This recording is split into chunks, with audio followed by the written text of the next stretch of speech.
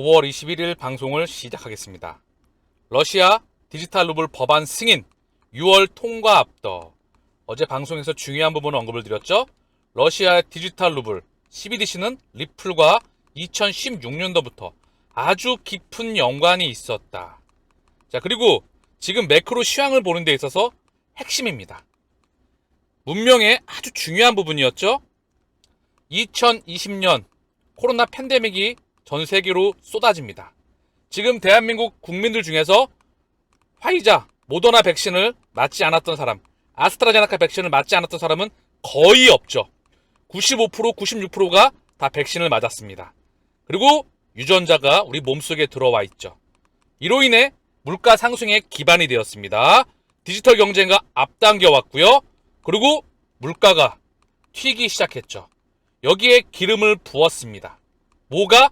우크라이나 전쟁이. 누가 일으켰죠? 미디어에서는 러시아가 일으켰습니다. 근데 여러분, 이렇게 생각해 보자고요. 만약에 우리가 생각을 한 번도 태어나서 해보신 적이 없었을 거예요. 근데 만약에 내가 이 세상을 지배하는, 국가도 지배를 하고 전 세계를 물밑에서 지배하는 사람들이라고 생각해 보자고요. 그런데 지구가 많이 아파. 지구의 수명이 예전보다 많이 그렇게 건강한 시간들이 남지 않은 것 같아. 더불어서 달러의 수명이 다한 것 같아. 100년 달러의 수명이 끝나간다. 이 달러의 시스템을 바꿔버려야 될 것 같아. 그리고 스위프트 1.0을 부셔버리고 새로운 2.0을 만들어야 될 것 같아. 실물경제의 파일을 축소시키고 이 시스템을 메타버스로, 가상경제로 이동을 시켜야 될 것 같아. 공존시켜야 될 것 같고요. 4차 산업의 문명의 기술들, 5G, 사물인터넷, 빅데이터, 인공지능, VR, AR, 블록체인, 자율주행차, 로봇, 기타 등등의 4차 산업의 혁명의 기술들을 이제 구현을 시켜야 될 것 같아. 그 첫 번째가 코로나 팬데믹, 거기에 기름을 부었던 게 우크라이나 전쟁이었습니다. 그리고 러시아는 스위프트에서 배제가 됐었죠. 그리고 일시적으로 러시아 루블화가 급락했지만 바로 회복을 하면서 사상 초강세, 그리고 현재 요 박스권 그 전, 내려가기 전 박스권에서 움직이고 있습니다. 그리고 러시아 무역거래는 유럽과 봉쇄가 됐지만 그 대체 물량을 인도와 중국, 브릭스로 대체해 나갔습니다. 세상에서는 현재 이런 말이 나오고 있죠.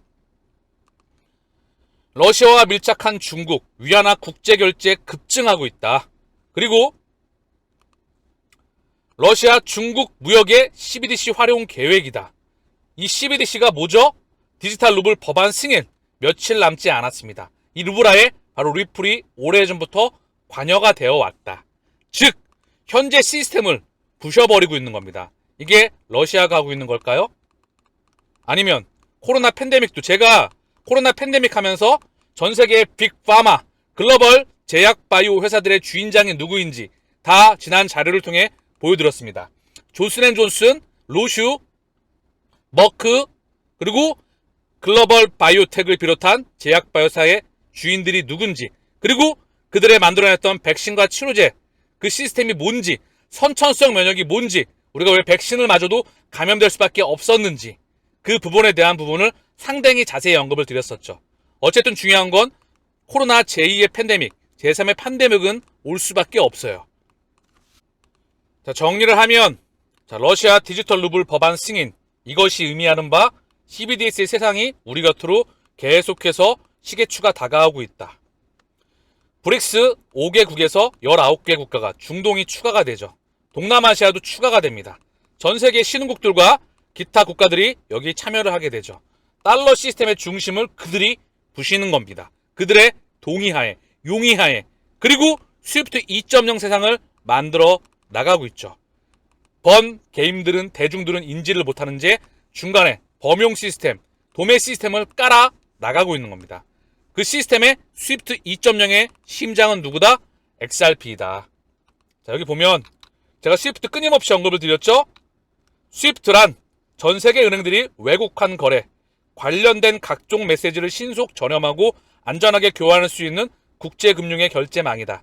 1973년 5월에 출범하였고 전 세계 200여 개국, 1만 1천여 개 은행을 연결해 국가 간 무역에 빠른 결제를 가능하게 해주는 시스템이다.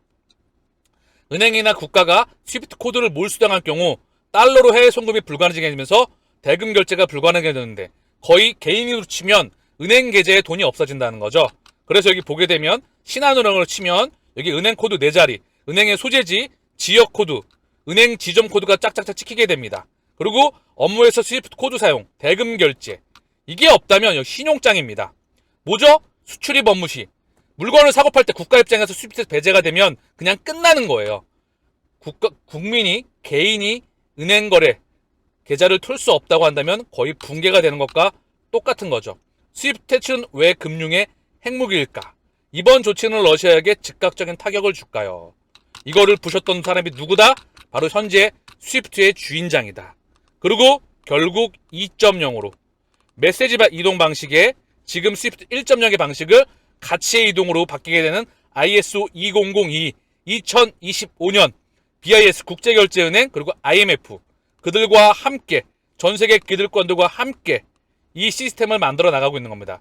제가 메시지는 언급을 드렸죠.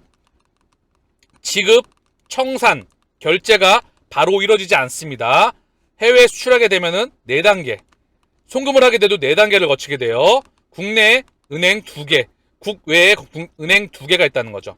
여기 중간 은행들이 필요해서 시간도 오래 걸리고 수수료도 오래 걸립니다. 심지어 한국 내에서 내가 계좌 이체를 해도 돈이 바로 이동하는 게 아닙니다. 오후 3시 반이게 되면 은행 문을 닫죠. 그리고 지들끼리 왔다 갔다 정상 결제를 하고 추후에 청산이 이루어지게 되는 시스템이에요. 왜 그럴까요?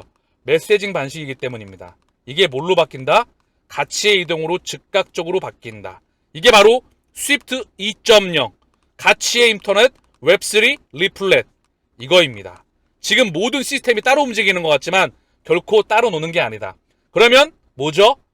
조금 있으면 나올 뭐죠? 옐런 더 많은 은행 파산하고 추가 합병 필요할 수도.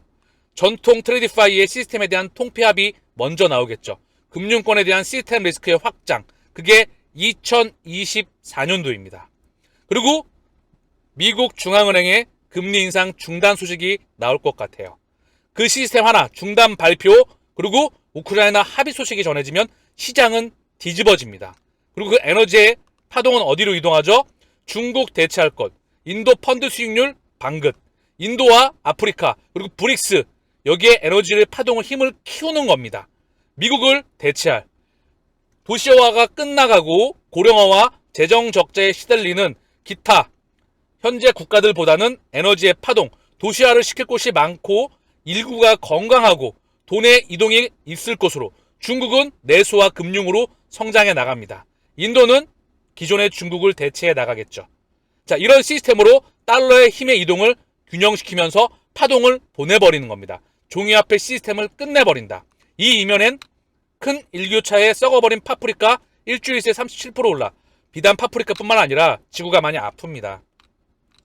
여기 보면 되면 팜웨어 환경 농산물 가격 지수 보면 계속해서 올라가고 떨어지는 것도 있었죠. 근데 이거는 에그플레이션이라 그래서 지구가 많이 아프기 때문에 원재재 가격과 함께 기타 에너지와 식량과 이런 부분들 가격이 올라갈 것 같아요. 그래서 1차 산업에 있던 국가들의 힘을 보내고 있다. 더불어 이 시스템에 대한 부분은 거스를 수 없는 시대의 흐름인 것 같습니다. 자, 그러면 정리해 볼까요? 지구가 많이 아픕니다. 대량 생산을 끝내야 될 것 같아요. 그리고 달러의 시스템을 부셔야 될 것 같습니다. 종이화폐의 시스템을. 그리고 신흥국을 키워야 될 것 같아요. 에너지와 그리고 원자재와 농산물과 식량에 대한 부분. 주로 원자재라고 하면 뭐가 있을까요?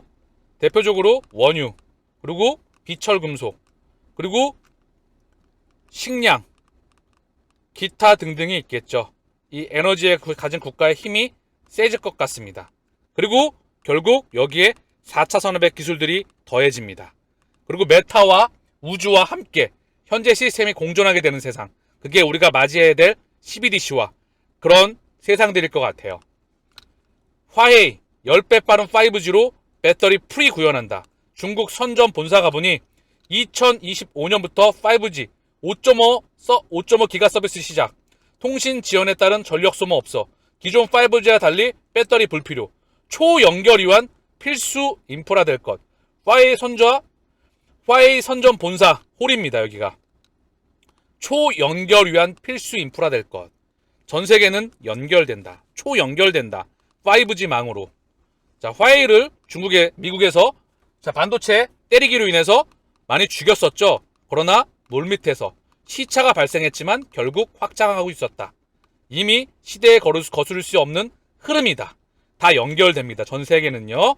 통신망으로 다 연결됩니다. 하나로. 그리고 배터리는 사실 다 휴대하게 되기 때문에 모든 기기에 다 부착이 되겠죠.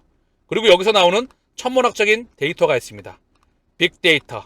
이게 돈이겠죠. 요거를 인공지능의 바로 식량입니다. 소프트웨어 기계. 이 빅데이터가 많아지면 많아질수록 인공지능은 발전할 수밖에 없어요.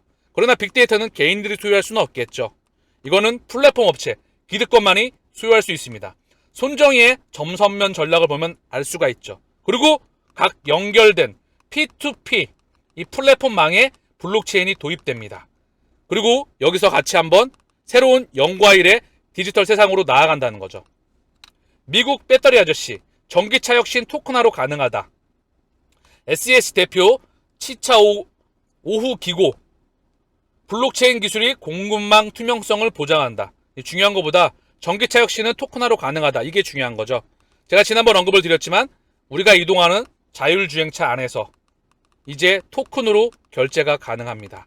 각 시스템별로 개별 블록체인망과 인공지능망이 공존하게 되겠죠. 다 묶어버리게 되고 결국 그다지 살기 좋은 세상 같지는 않아요. 그러나 우리는 이 세상을 맞이해야 됩니다. 준비를 해야 됩니다. 알파라이언 CEO는 재정적으로 자유로워지기 위해 이 정도의 XRP를 보유한다고 말합니다. 제 방송을 지속적으로 모니터링 하시고 꾸준히 보셨던 분들은 왜 XRP를 제가 언급하는지, 저는 전세계 매크로 그리고 산업, 전반적인 3차 산업, 2차, 1차 산업, 대량 생산 제조업, 소프트웨어, 그리고 코인 다 연결되는 지점들, 시스템과 원리, 본질의 참 방법에 관심이 많습니다. 제가 포커싱을 두는 게 바로 그 부분이기 때문이죠. 그렇기 때문에 다음 문명이 에너지의 파동이 XRP로 오고 있다는 것을 거듭 말씀을 드렸죠.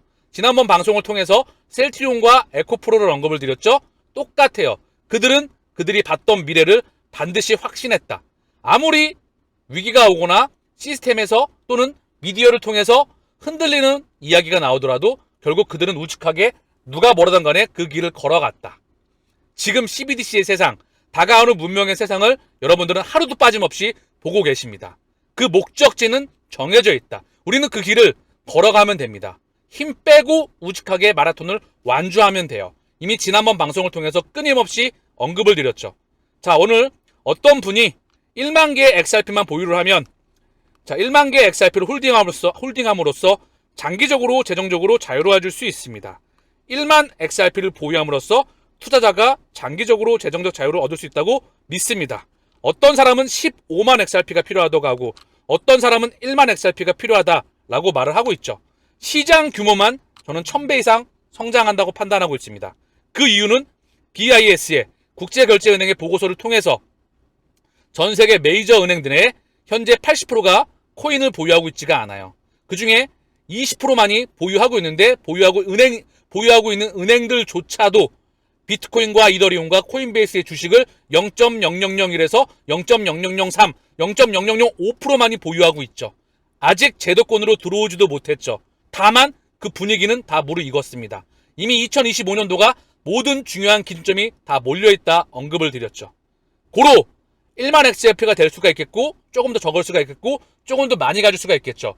가격이 떨어질 때마다 바닥에서 빡빡 길 때마다 폭등이 나오기 전까지 여유자금으로 돈이 생기면 본인이 확신을 하시면 모아 가시길 바랍니다. 그리고 이 마라톤을 완주하시는 분들은 전세계 0.1%에 들어갈 준비가 되었을 거라 생각을 합니다.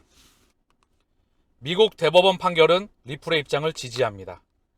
리플의 법률고문 스튜어트 알더로티는 미국 대법원의 입장이 그들의 입장과 일치한다고 믿습니다. 자, 그러면서 6월 13일입니다. 법원은 6월 13일 마감일 이전에 문서를 제출할 수 있도록 법원에 요청하는 공동서한을 작성하였다. 리플과 SEC의 공동서한, 법원에 제출한 공동서한입니다. 아날리나 토레스 판사가 여기 서명을 했죠?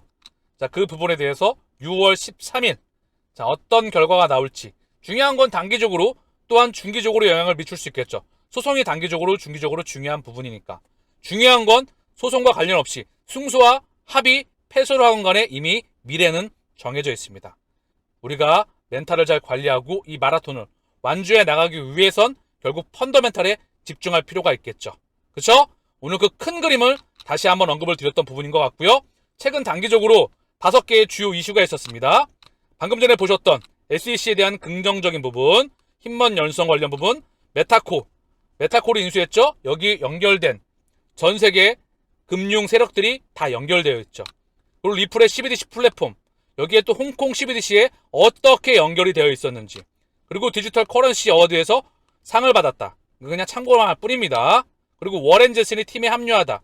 이런 이슈들이 있었으나 중요한 건 펀더멘탈이 11년간, 약 11년간 단 한 번도 빠지지 않고, 그리고 얼마 거르지 않고 며칠마다 계속해서 파트너십이 확장되고 있다. 그 말이 의미하는 바, 그 파트너십에 참여했던 사람들은 전 세계 주인장에 관련된 사람들이었다.